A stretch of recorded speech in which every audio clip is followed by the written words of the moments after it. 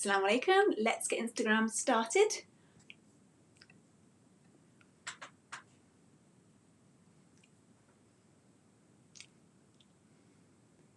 What is the one thing that you must do if you homeschool your children? I know that you're tired some days. I know that some days it feels like there just aren't enough hours in the day. But if you could only do just one thing, what would it be?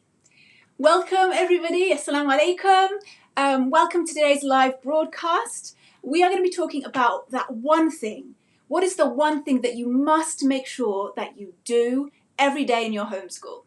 If you don't know me, my name's Dr. Gemma Elizabeth. I am the founder of the award-winning blog, Our Muslim Homeschool, the creator of the online homeschooling course, Launch Your Homeschool, and the host of this podcast, Raising Mums. I'm a homeschooling mum. I have 4 kids, and we homeschool in the northwest of England. I'm so glad to see all of you guys popping on. We've got Nafisa. Assalamu alaikum, Nafisa. So, before we get started, let me introduce today's sponsor. So today's episode is sponsored by Tutorful. Tutorful is the trusted way to find a tutor. It's accessible to everybody, and they offer tuition in over 300 subjects, which includes all the academic subjects, but also more specialised subjects like photography and coding. They are rated 4.8 out of 5 stars by Trustpilot, and have been trusted by more than 200,000 parents and students, and have taught more than 1.5 million lessons on their website. They vet all the tutors before they use their site, and there's a satisfaction guarantee as well. So if after the first lesson your child doesn't feel like their tutor is the right fit for them, then Tutorful will give you the next lesson with the new tutor completely free of charge, no questions asked. And so as a parent, you can browse through their site, look through their list of tutors, and then you will be matched with the best tutor for your child. You can check out their qualifications, their teaching style, and then you can get in touch with that tutor either through messaging, or you can arrange a complimentary call to talk about the needs of your child and see if that tutor is the right fit for you. All those lessons will be personalised and tailored for your child's needs, and they take place on the Tutorful website itself, on their interactive classroom. And so your child can see the video, they can see their tutor, and there's like a interactive whiteboard and a way that your tutor and your child can share documents. So if you're interested in finding the perfect tutor for your child, check out Tutorful. The link for that is with this video, with the show with this podcast, and in Instagram. It's in my show notes, in my profile. Right, let's get on with this. So today we're talking about what is the one thing that you must do when you homeschool. And I'm really interested to see and hear what you think that one thing might be. What is the one thing that you think you must do every day with your children if you homeschool? Assalamu alaikum, Islamic Montessori, Sarah, Nushin. So guys, what do you think? What is that one thing that you have to do every day with your children when you homeschool? Pop it in the comments, pop it in the chat, and I'll have a look through. So when it comes to homeschooling, you guys who follow me, you know that I'm always on the side of the mums. I'm always looking for ways to make things easier for you. I know how it feels emotionally when you homeschool. I know physically the struggles that you go through. I know, just logistically how difficult it can be to fit everything in the day. And so usually I'm completely on your side.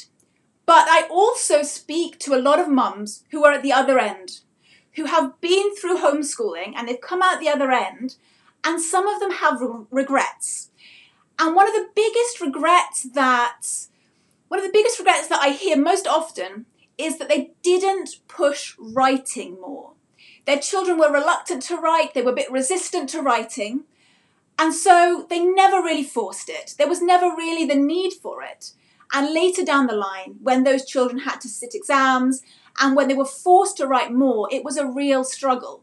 Now, they overcame it, they managed, but those mums always think, oh, if only when they were younger, we'd forced a little bit more writing every day. Now, when it comes to writing, it doesn't have to be complicated, okay? Has anybody here heard of Pareto's principle? Pareto's principle says that you get 80% of your results from the 20% of your actions. Conversely, 20% of your actions will cause 80% of your results. So what is it that is that 20%? What is it that will, if you do that 20%, you're going to get 80% results with writing? Assalamu alaikum, Misbah, Sidra, assalamu alaikum. Okay, so let me tell you, what is that one thing? The one thing that you must do every day with your child is narration. You must get your child to narrate every single day. Now, if you're new to homeschooling, if you're new to this podcast, if you're new to the Charlotte Mason philosophy, you might not know or be clear what narration is. So I'm going to briefly explain it for you. So narration is very, very simply just the art of telling back.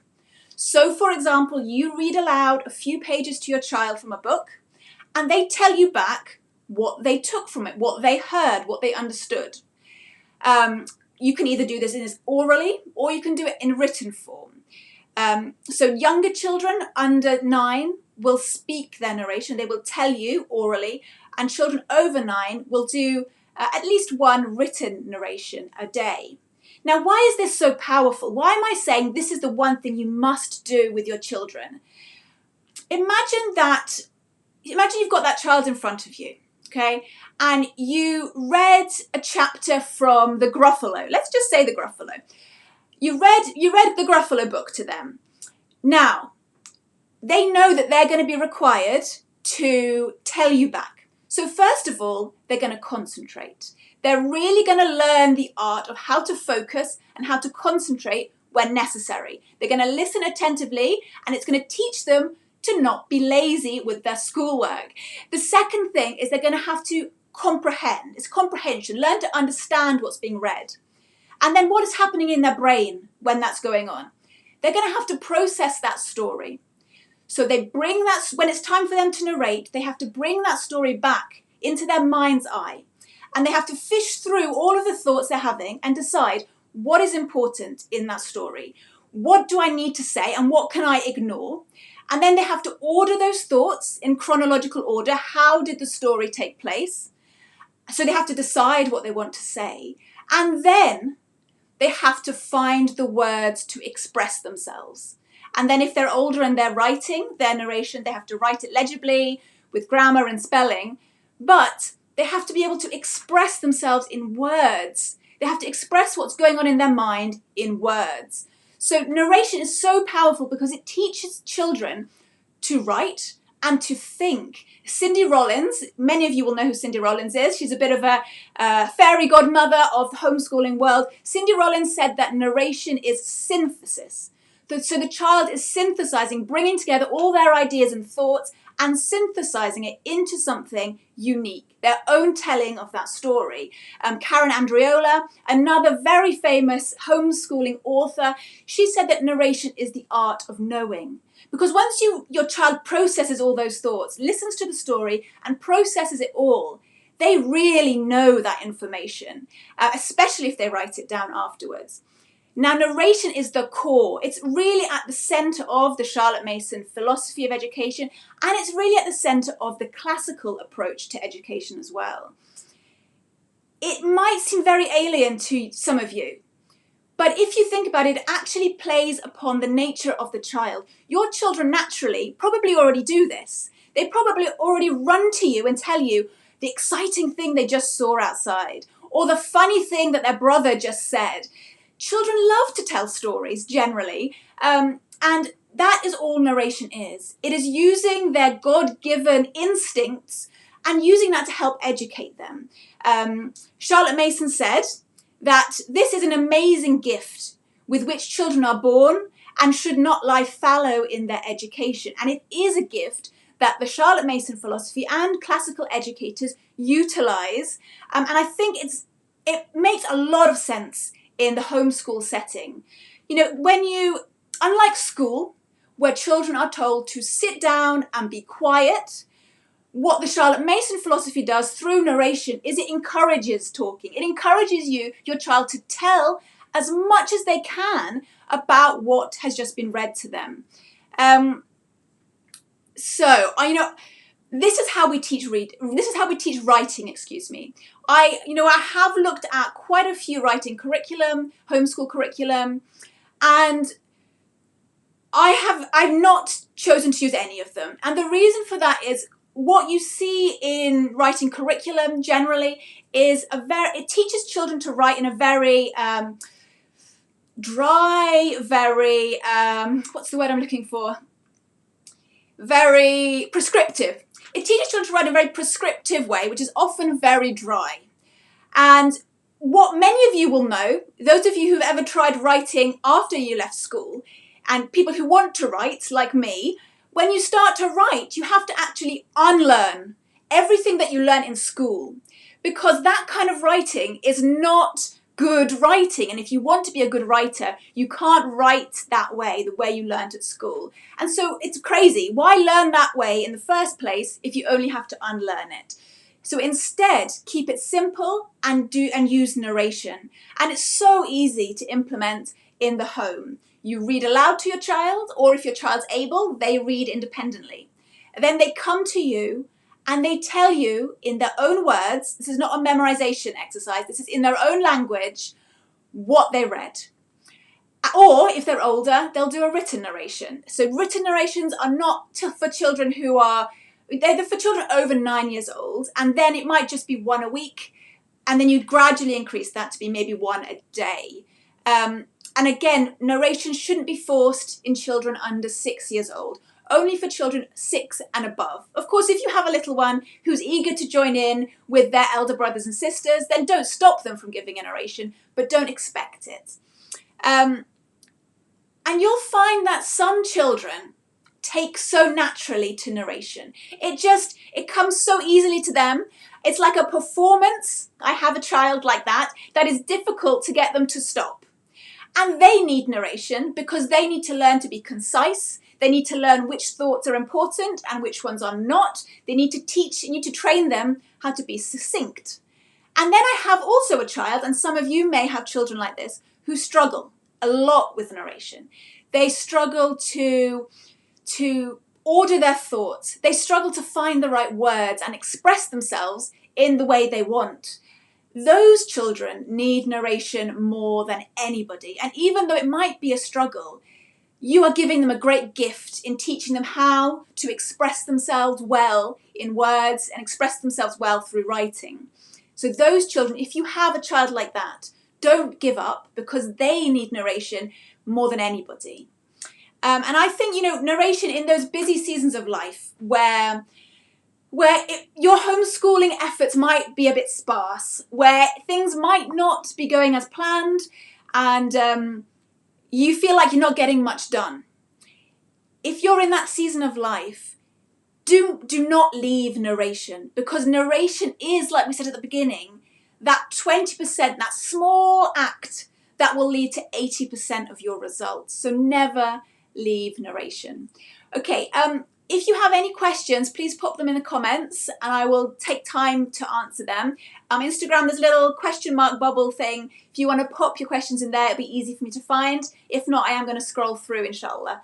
I can see some things coming up on Facebook, so I will just have a scroll through. Walaikum salam, Sidra. Okay, Misbah. Okay, this is a great question. So Misbah's saying, we are bilingual, Urdu and English. If we read English books, should they narrate in English only, or is it okay if they narrate bilingually?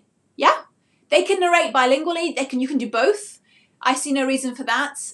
In fact, I think it's definitely a beneficial thing, Misbah, if you do both. Then they will become proficient writers and speakers in both Urdu and English, and they'll be at an advantage, mashallah. So yes, both languages are great. Mashallah, mashallah, that's awesome. Mashallah, it's very nice to have you here. Okay, right, let's have a look here on Instagram. Okay, great question. So Huda's World has asked, what Charlotte Mason books do you recommend as a first book to read? I was actually looking through all of my books today because I wanted to send a book to one of my one-on-one clients. And I think as a new Charlotte Mason homeschooler, or if you're interested in finding out more, there are 2 books I'd probably recommend for you. There is, I can't reach it from here, but there's one book called For the Children's Sake by Susan Schaefer Macaulay. That is a beautiful book. It is written for the Christian audience, but it's a fantastic introduction to the Charlotte Mason method and beautifully written. Another great book is The Charlotte Mason Companion by Karen Andriola. That is a lot more practical. It tries to show you how to actually implement that in your home. So those are the 2 books I would recommend. The Charlotte Mason Companion is a bit harder to get hold of, but keep your eyes open. You might be able to find some secondhand copies, especially on Abe Books. That might be worth looking into. Okay, another question. So we have Shazana K says, Assalamu alaikum, wa alaikum salam. My almost 7-year-old does narration every day, but just once. Is that okay? Yeah, that's absolutely fine, but I would try to increase it gradually. If you can increase it to the point where, you know, at least, I don't want to say every time you do a reading, but almost every time that either he is reading or you are reading aloud, he is giving a narration. But yes, once a day is a great place to start. And if he is already doing that consistently, then why not add in one more? And then once you get to the point where he's about 9 years old and he's comfortable writing at least 5 sentences, then start slowly introducing written narration, where he will write that narration just once a week. Then again, slowly increase that to perhaps twice a week, until you get to a point where you're getting at least 1 written narration every day. Okay.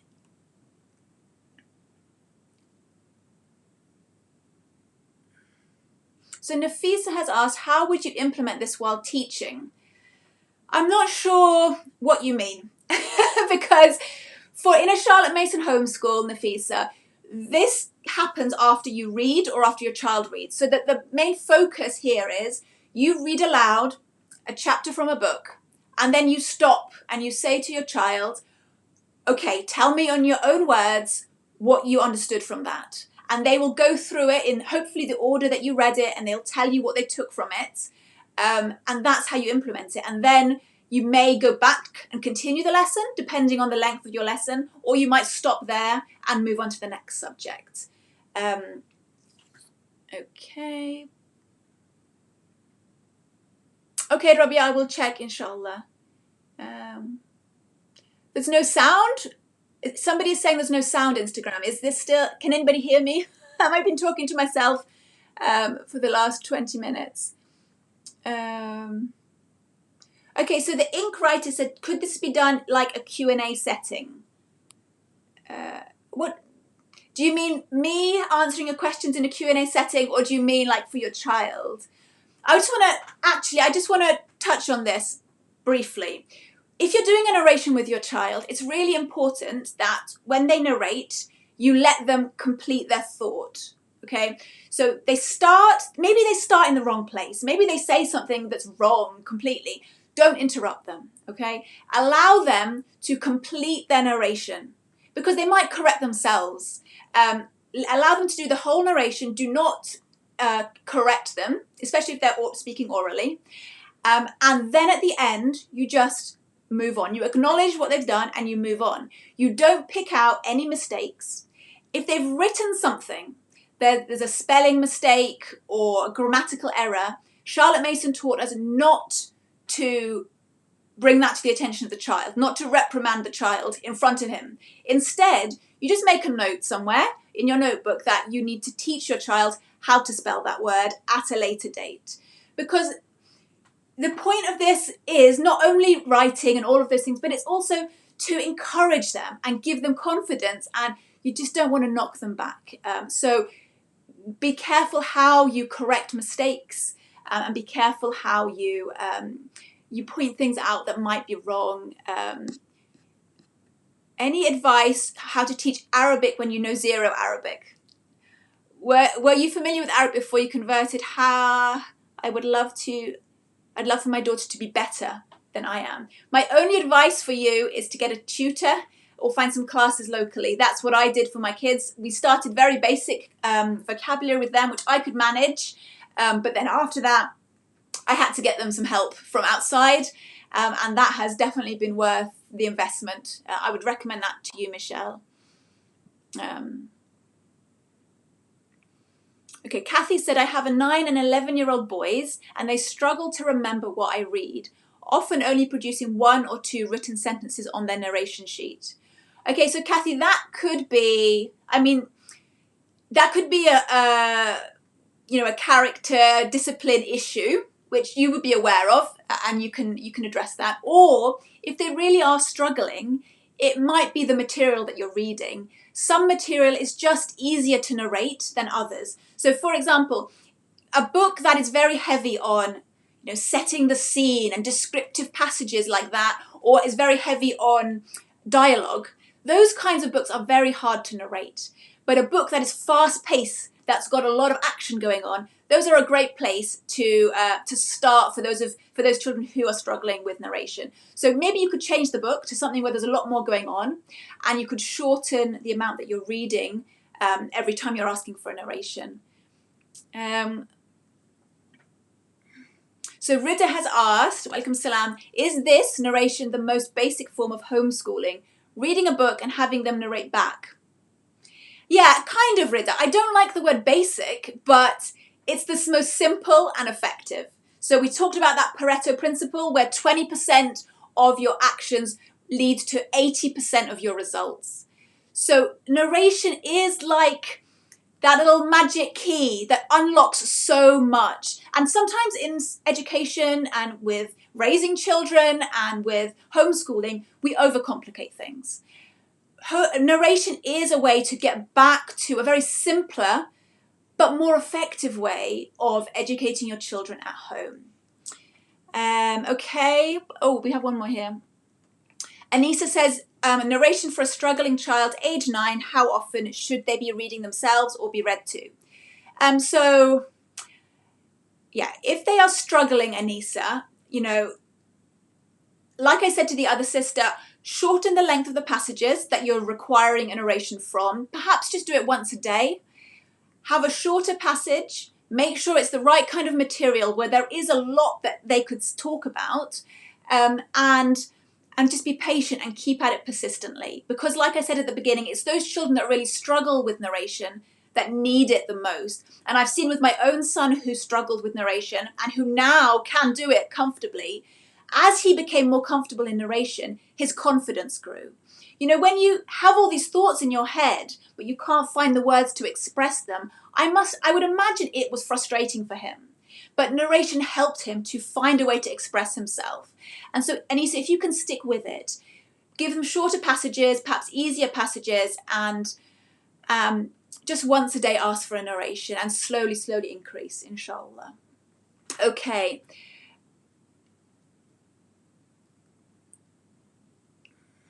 Oh, another great question. Okay, one last question, and then we're going to wrap it up. Okay, so George Natana, I think I said that right. George Natana said, how does narration work for 3 different age groups? Would you do it separately? No. Unless they're very wide apart, you can do it together. So the way that we do it in our homeschool is I will read a book.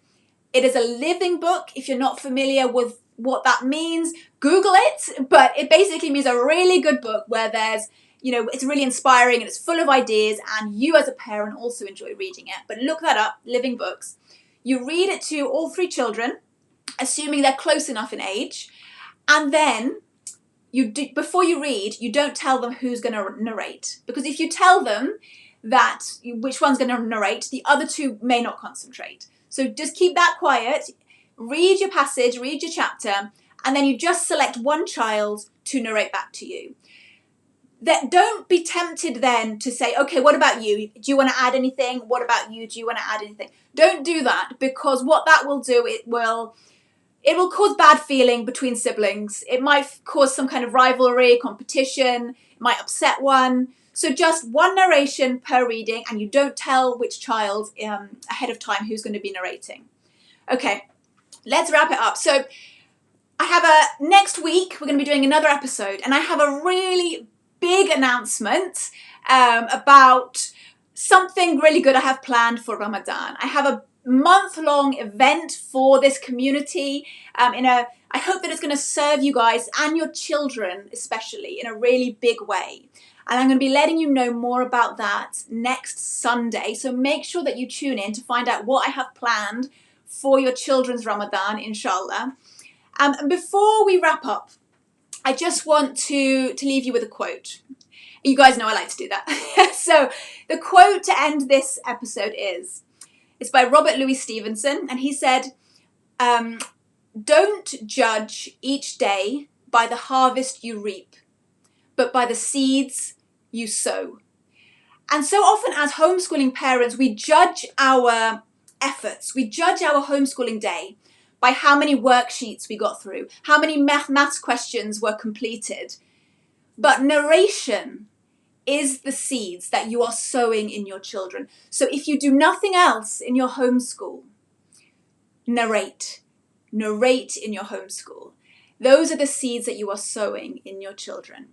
Now, don't forget, if you are looking for a tutor for your children, check out Tutorful. The link is with this video, in the show notes to this podcast, and on Instagram, it's in my profile. I will see you next Sunday, inshallah, for another episode of the Raising Mums podcast and that big announcement for Ramadan, inshallah. Assalamu alaikum. Have a beautiful day. Take care.